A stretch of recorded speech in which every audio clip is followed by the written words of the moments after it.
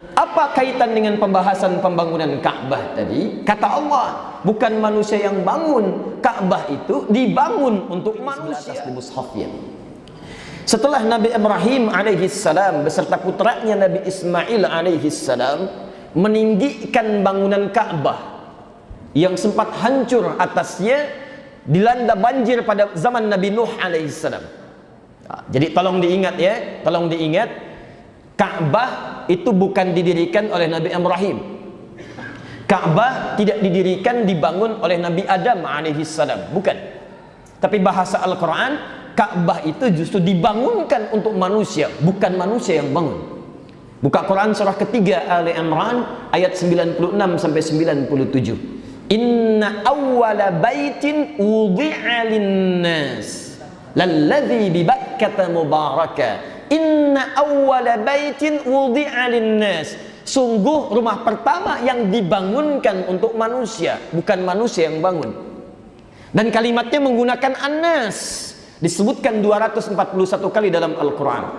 Ada 5 bentuk penyebutan nama manusia. Kadang disebut dengan bashar, 35 kali disebutkan dalam Al-Quran, menunjuk sifat nafsunya. Pertama kali disebutkan manusia disebut dengan nama bashar. Quran surah ke-15 Al-Hijr ayat 28 sampai 29. Wa idh qala rabbuka lil malaikati inni khaliqun bashara min salsalin min hama'in masnun. Bashar 35 kali disebutkan dalam Al-Quran. Tapi masih tunggal satu. Ada yang kedua disebutkan dengan ins, pasangannya jin. Ketika disebutkan ins, jinnya muncul 18 kali pasangan disebutkan dalam Al-Quran. Ya ma'syaral jinni wal wa ma khalaqtul jinna wal ins. Ins menunjuk pada sifat kelembutan manusia dan keadaannya yang ramah dan tampak. Beda dengan jin. Karena itu dalam bahasa Arab tidak disebut jin kecuali maknanya bertentangan langsung dengan ins. Kalau jin punya 3 arti, ins punya 3 arti.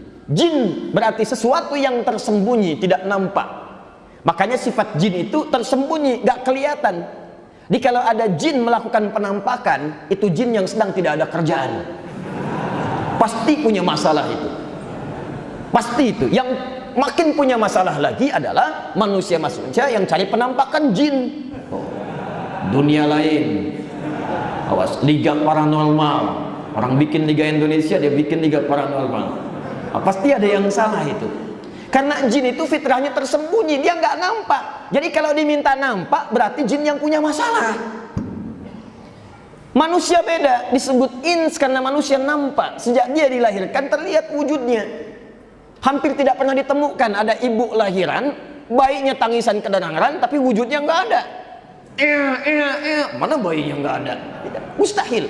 Suara terdengar, wujudnya nampak. Itulah manusia. Jadi kalau ada manusia-manusia senang sembunyi-sembunyi, itu sama dengan?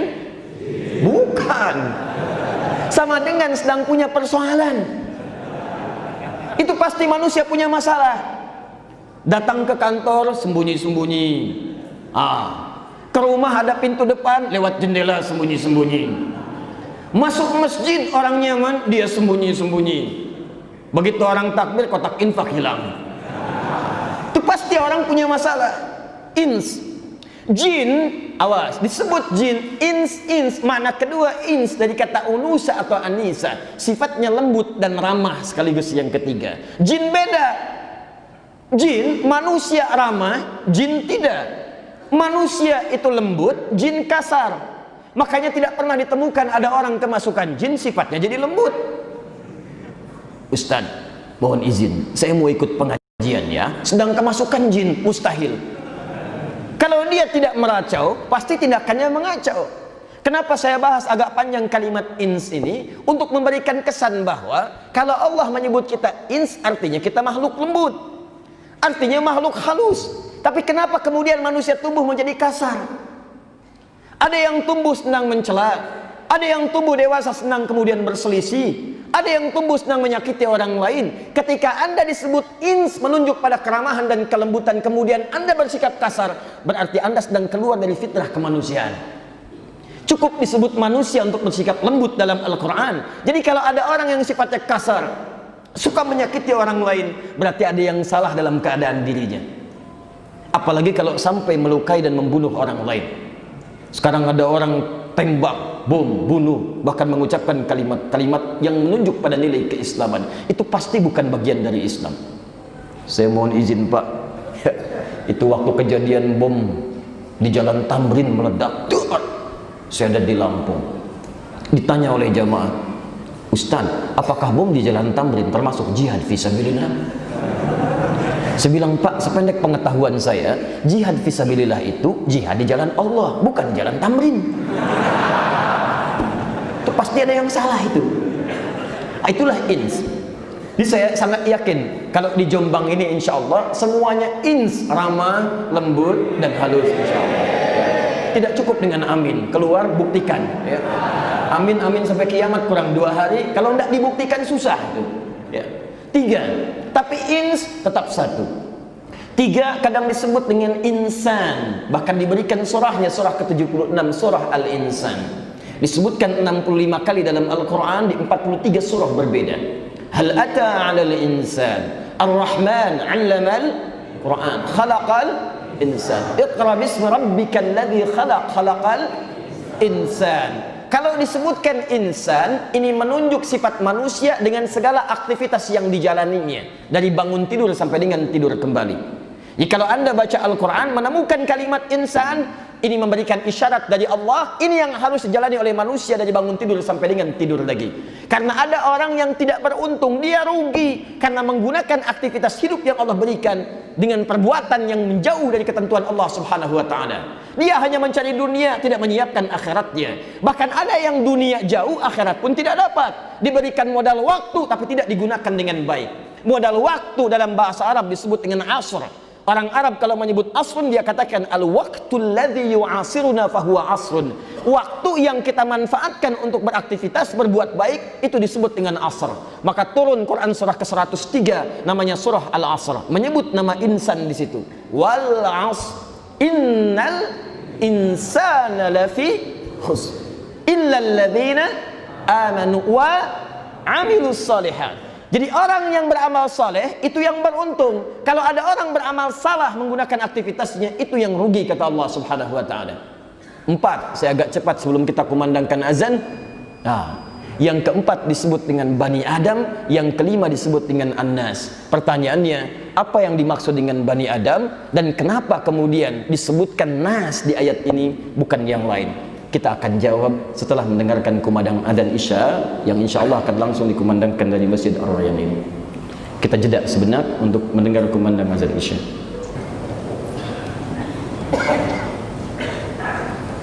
Baik, kita lanjutkan.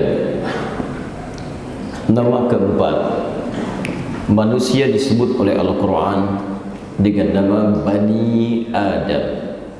7 kali disebutkan dalam Al-Quran di ayat-ayat yang berbeda. Di antaranya Quran surah ke-7 Al-A'raf ayat ke-31. Ya Bani Adam khudhu zinatakum 'inda kulli masjid. Hai anak cucu Adam, kalau ada panggilan dari masjid, segera persiapkan penampilan terbaik untuk beribadah kepada Allah Subhanahu wa taala.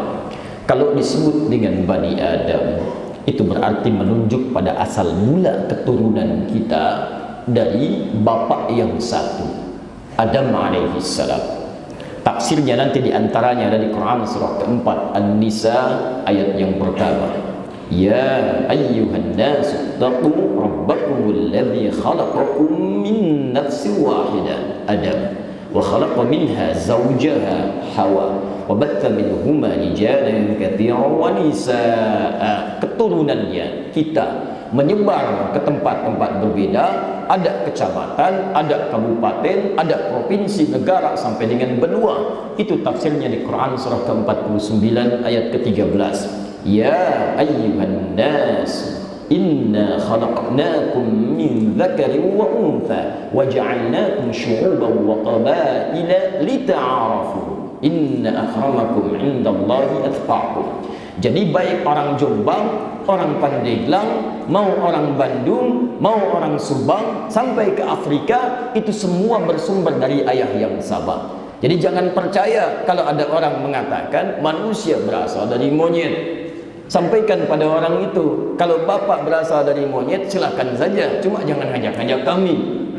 Karena ada nanti seorang mengaku peneliti, dia berasal dari luar negeri, membuat kesimpulan manusia berasal dari kera. Kita katakan kami berasal dari bapak yang satu, disebut dengan Bani Adam. Tapi tidak pernah Al-Quran menyebut dengan nama An-Nas 241 kali disebutkan dalam Al-Quran, kecuali menunjuk semua manusia tanpa kecuali, bahkan dengan komunitas kelompoknya semua tanpa kecuali.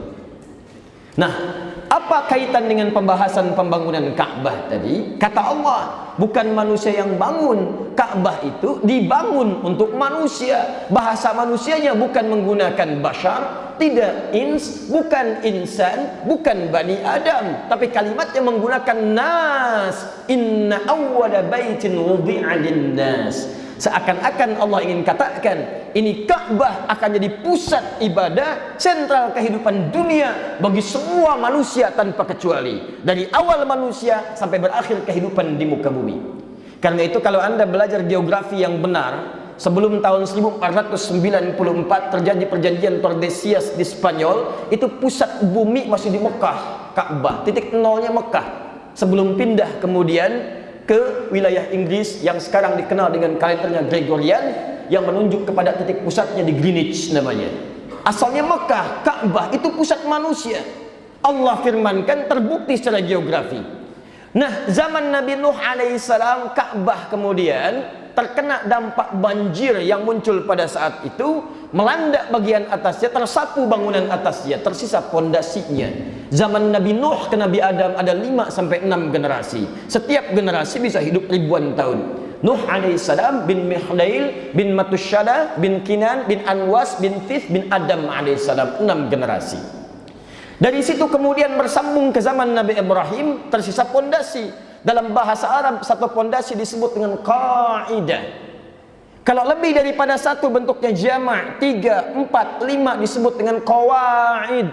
Ka'bahnya disebut dengan bait. Inna awwala baitin, pondasinya disebut dengan qawaid karena punya 4 sisi. Ka'bah 4 sisi, pondasinya 4 disebut dengan qawaid. Di zaman Nabi Ibrahim alaihissalam diperintahkan kembali oleh Allah Subhanahu wa taala untuk meninggikan pondasi Ka'bah yang hancur di masa Nabi Nuh tadi. Jarak Nabi Ibrahim ke Nabi Nuh itu ada kisaran 6-7 generasi. Setiap generasi sama bisa ribuan tahun. Ibrahim alaihissalam bin Azar atau bin Nahur bin Abir bin Qinan bin Arfakhshad bin Sam bin Nuh alaihissalam. Maka dibangunlah kemudian, ditinggikan kembali pondasi-pondasi tadi. Maka mulai ditapakkan kaki Nabi Ibrahim untuk membawa batu meninggikan bangunan Ka'bah. Tapak pertamanya dikenal dengan maqam namanya. Sampai sekarang ada namanya maqam Ibrahim. Anda tawaf dari Hajar Aswad, mengarah kemudian putaran jarum jam, selang beberapa meter, sekitar 5-7 meter, Anda temukan namanya maqam Ibrahim. Itulah tapak pertama kali.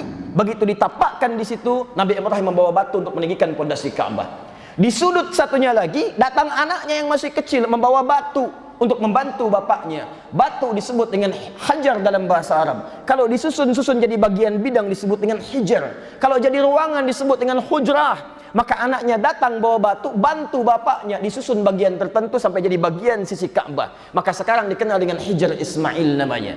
Begitu selesai meninggikan bangunan itu, diabadikan dalam Al-Quran kisahnya. Pondasi disebut dengan qawaid, Ka'bahnya disebut dengan bait. Buka Quran surah kedua Al-Baqarah ayat 127, paling kiri sebelah atas. Wa idh yarfa'u Ibrahimul qawaid minal bait. Dan ingatlah, pelajarilah ketika Nabi Ibrahim alaihissalam dibantu putranya Ismail alaihissalam. Awas, perhatikan di ilmu nahwu ini, terutama yang Bahrul Ulum dari tambak beras, daerah Temu Irang, hati-hati. Ini para ahli lughah, ya, jangan jauh-jauh dari ilmu nahwu, karena orang tua kita dulu mengajarkan nahwu. Alfiyahnya minimal jurumiyahnya. Al-kalamu huwa lafzul murakkab wal mufidu bil wad'i wa aqsamu thalathatun ismun wa fi'lun wa harfun. Alfiyahnya kalamuna lafzun mufidun kastaqim wa sunna fi'lun thumma harfunil kalim wahiduhu kalimatun wal qawlu am wa kalimatun biha kalamun qad ju'am bil jarri wat tanwini wan nida wa al mustadin bismi tamidun hasal bita fa'alti wa atat wa ya if'ali wa nunik balanna fi'lun yanjalli. Praktekkan di Quran, ngaji. Jangan cuma dihafalkan, praktekkan rumusnya di Quran. Kenapa kemudian atofnya diletakkan kemudian di akhir bukan di awal kepada Ismail? Bisa Allah mengatakan wa idh yarfa'u Ibrahimu wa Ismailul qawaid. Tapi kenapa Ismail diakhirkan, tidak diawalkan bersamaan dengan Ibrahim alaihissalam? Allah berfirman wa idh yarfa'u Ibrahimul qawaid minal bait wa Ismail. Kenapa Ismail diakhirkan? Nah, ataf dalam ilmu nahwu dipadukan dengan ilmu balaghah, ada kaidah namanya takdim wa ta'khir.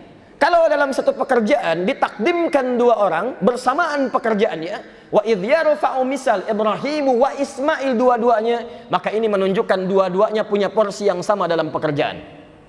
Tapi kalau yang satu diakhirkan, yang satu diawalkan, Ibrahim diawalkan, yang Ismail diakhirkan, maka ini menunjukkan porsi kerjanya berbeda. Yang ditugaskan sebetulnya Ibrahim, cuman anaknya merasa bapak bekerja pengen bantu.